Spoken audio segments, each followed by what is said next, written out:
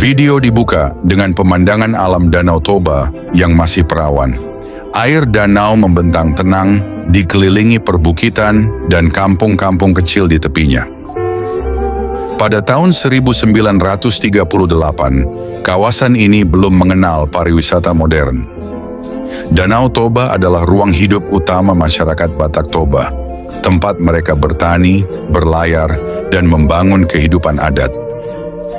Pada tahun 1938, Danau Toba terhampar bagai cermin raksasa yang tenang di jantung tanah Batak. Airnya berwarna biru tua kehijauan, memantulkan langit pagi yang masih bersih dari jejak asap dan deru mesin.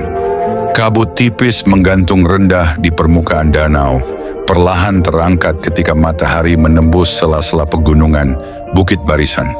Cahaya keemasan itu menyentuh air dengan lembut, menciptakan kilau yang berpendar, seolah danau bernapas pelan mengikuti irama alam. Di kejauhan, Pulau Samosir berdiri anggun, hijau dan kokoh, seperti penjaga tua yang setia. Lereng-lerengnya ditumbuhi hutan dan ladang rakyat, di mana pohon-pohon pinus dan bambu bergoyang tertiup angin sejuk pegunungan. Di tepian danau, perahu-perahu kayu berwarna gelap terikat tenang, sesekali berderit halus ketika ombak kecil menyentuh lambungnya. Seorang nelayan mendayung perlahan, gerakannya mantap dan sunyi, hanya suara percikan air yang memecah keheningan. Burung-burung air melintas rendah, sementara dari kejauhan terdengar nyanyian alam, angin, dedaunan, dan kehidupan yang berjalan tanpa tergesa. Suasana Danau Toba pada masa itu terasa murni dan agung, belum tersentuh hiruk-pikuk dunia luar. Alam dan manusia hidup berdampingan dalam kesederhanaan yang khidmat, seakan waktu berjalan lebih lambat. Danau itu bukan sekadar bentang air luas, melainkan jiwa dari tanah sekitarnya, tenang, dalam, dan menyimpan cerita panjang yang bergaung lembut di antara pegunungan.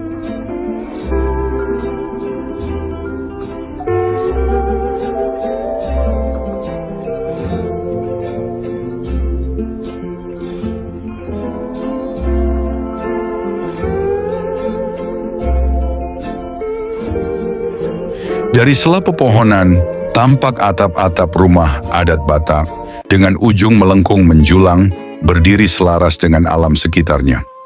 Asap tipis dari perapian dapur mengepul perlahan, membawa aroma kayu bakar dan kopi yang disangrai sederhana.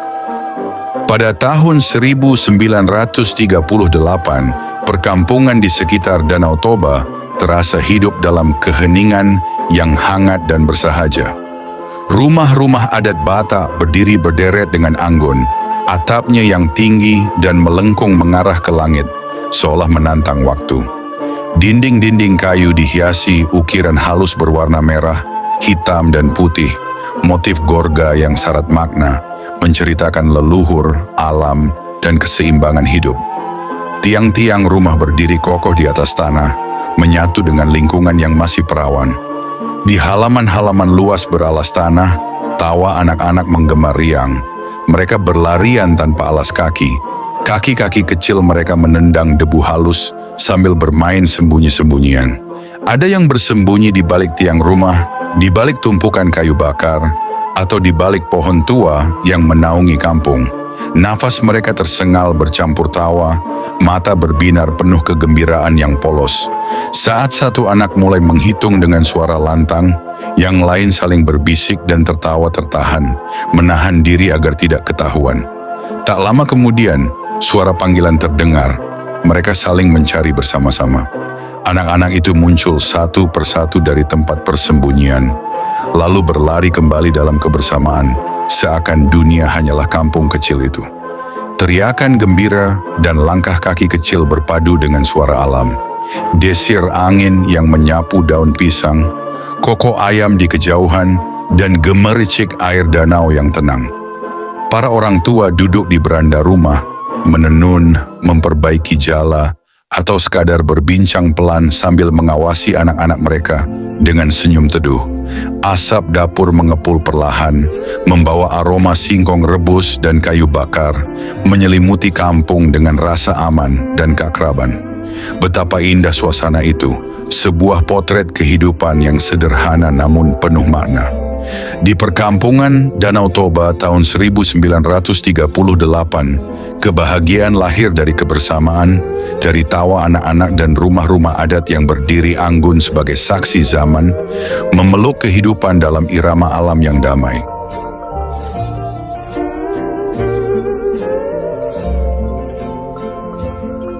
Pada bagian lain dalam video ini, kamera merekam kegiatan panen padi yang dilakukan oleh perempuan Batak Toba. Mereka memotong padi dengan alat sederhana, bergerak beriringan di sawah, menunjukkan ketekunan dan keahlian yang diwariskan turun-temurun. Dalam budaya Batak Toba, perempuan memegang peran penting dalam urusan pangan, sejak dari panen hingga pengolahan. Setelah padi dipanen, pekerjaan berlanjut pada tahap perontokan bulir padi. Di sini terlihat pembagian peran yang jelas. Para laki-laki merontokkan padi dengan cara menginjak-injak ikatan padi menggunakan kaki, memisahkan bulir dari tangkainya. Cara ini membutuhkan tenaga dan keseimbangan dan dilakukan secara berkelompok agar pekerjaan lebih cepat selesai.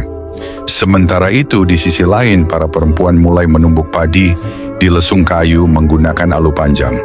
Tumbukan dilakukan berirama dan bergantian, menciptakan bunyi yang khas dan menjadi bagian dari suara kehidupan kampung. Proses ini bertujuan memisahkan beras dari sekam sebelum siap dimasak atau disimpan. Rangkaian kerja ini menunjukkan bahwa panen bukan sekadar aktivitas ekonomi, melainkan kerja bersama seluruh komunitas. Setiap orang memiliki peran yang saling melengkapi. Tidak ada yang bekerja sendiri. Keberhasilan panen adalah hasil kebersamaan. Pada salah satu bagian video ini, kamera merekam sekelompok perempuan dan laki-laki Batak Toba yang menari dengan gerakan tangan terbuka, perlahan, dan penuh ketenangan. Telapak tangan diangkat, diarahkan ke depan atau ke atas, sementara tubuh tetap tegak dan langkah kaki bergerak kecil mengikuti irama gondang. Inilah Tortor Somba-Somba, sebuah tarian adat Batak Toba yang syarat makna penghormatan. Tortor Somba-Somba bukan tarian hiburan. Ia adalah bahasa tubuh dalam adat Batak, sebuah cara menyampaikan rasa hormat kepada leluhur, kepada tetua adat, atau kepada tamu yang dimuliakan. Gerakan tangan yang tampak seperti menahan atau menyodorkan bukanlah sikap bertahan, melainkan simbol kerendahan hati, kesopanan, dan penerimaan secara adat. Ekspresi wajah para penari terlihat serius dan hikmat. Tidak ada senyum berlebihan, tidak pula gerakan yang agresif. Dalam budaya Batak Toba, tortor bukan tentang keindahan semata, melainkan tentang sikap batin. Tubuh penari menjadi perantara antara manusia, komunitas, dan nilai-nilai leluhur.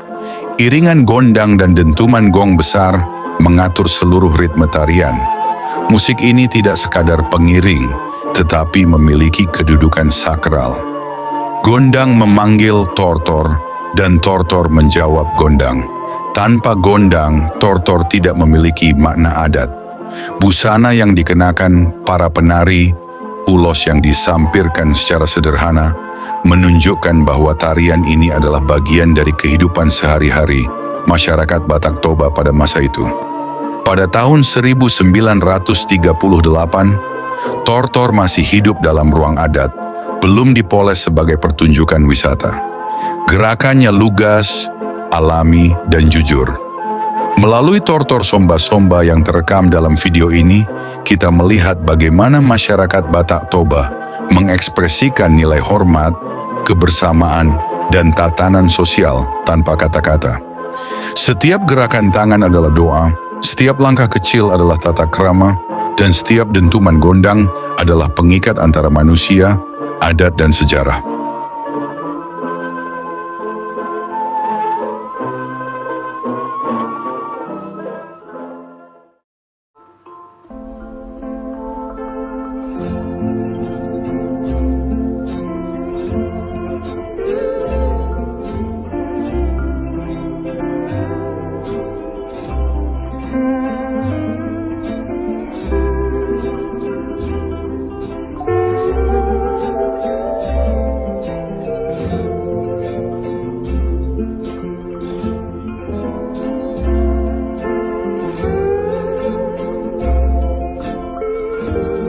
Pada bagian berikutnya, muncul tarian dengan gerakan tegas dan kuat, sekilas menyerupai pencaksilat.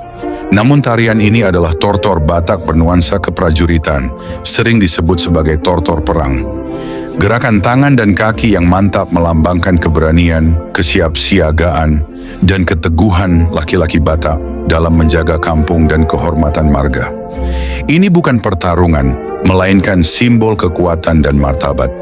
Iringan gondang memberi irama dan makna, menghubungkan gerak tubuh dengan nilai adat.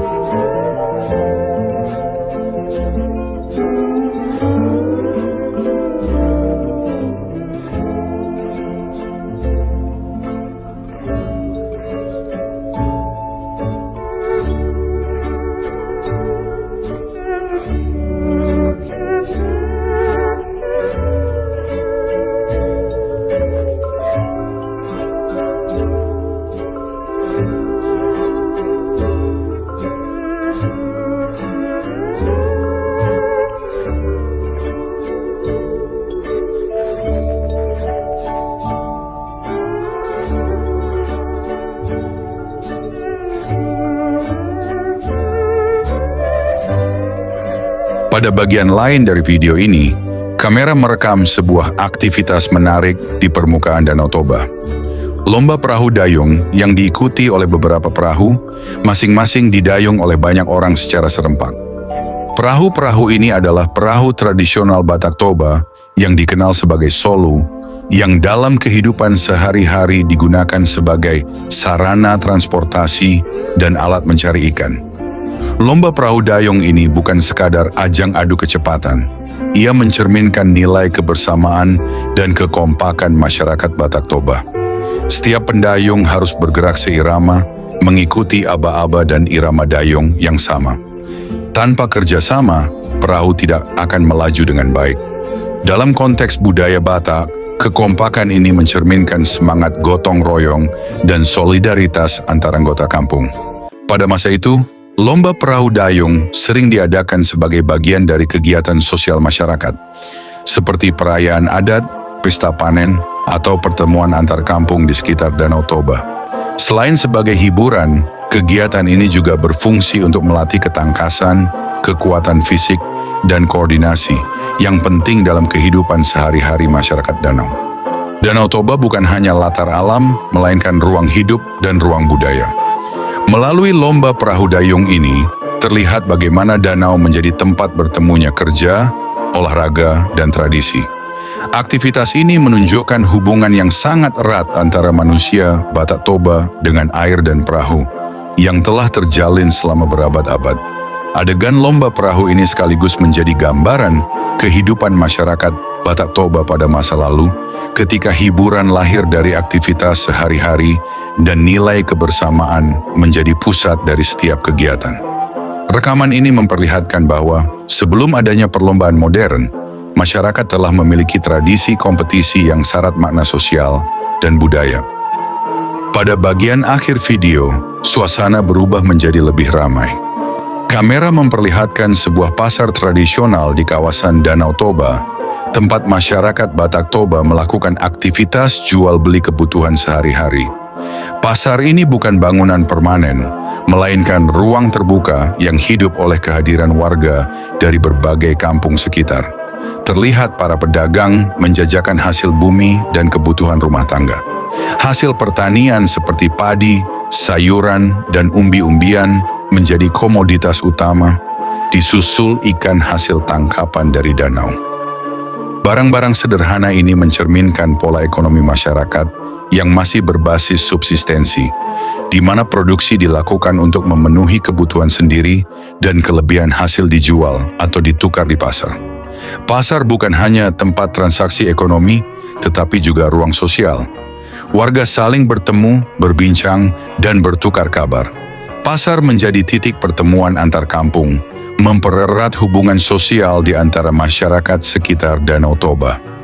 Aktivitas tawar-menawar berlangsung sederhana, tanpa perhitungan modern, mengandalkan kepercayaan dan kebiasaan yang telah berlangsung lama. Dalam konteks tahun 1938, Pasar tradisional seperti ini juga menunjukkan bagaimana masyarakat Batak Toba menjalani kehidupan yang relatif mandiri. Uang memang telah digunakan, namun sistem barter masih mungkin terjadi. Barang-barang yang dijual sebagian besar berasal dari alam sekitar, tanpa ketergantungan pada produk industri. Adegan pasar ini menjadi penutup yang kuat bagi keseluruhan video. Ia memperlihatkan denyut kehidupan sehari-hari masyarakat Batak Toba pada masa lalu, kehidupan yang berputar di antara ladang, danau, adat, dan ruang sosial yang sederhana, namun penuh kebersamaan. Pasar menjadi cermin bagaimana tradisi, ekonomi, dan kehidupan sosial menyatu dalam satu ruang hidup.